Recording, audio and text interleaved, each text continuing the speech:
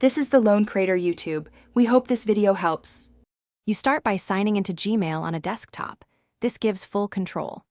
Open settings and review labels so you can tag messages efficiently.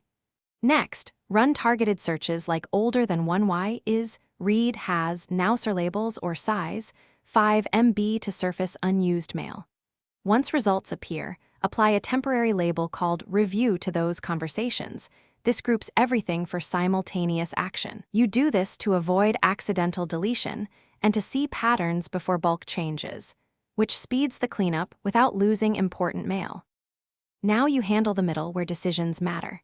Select all on the search results and choose select all conversations that match, so nothing remains hidden on other pages.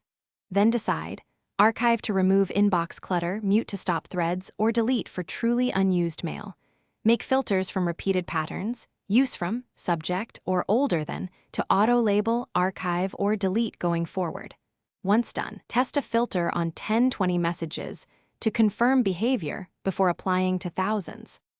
Finish by cleaning up and verifying results. Empty trash to reclaim space, and inspect filters and labels to ensure no important mail was caught.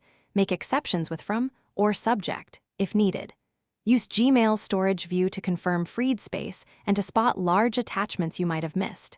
If something went wrong, undo actions from trash within 30 days or restore labeled items. If filters misfire, edit them to add exclusions. This prevents repeat mistakes and keeps unused mail under control. Thanks for watching. Consider subscribing if we helped you.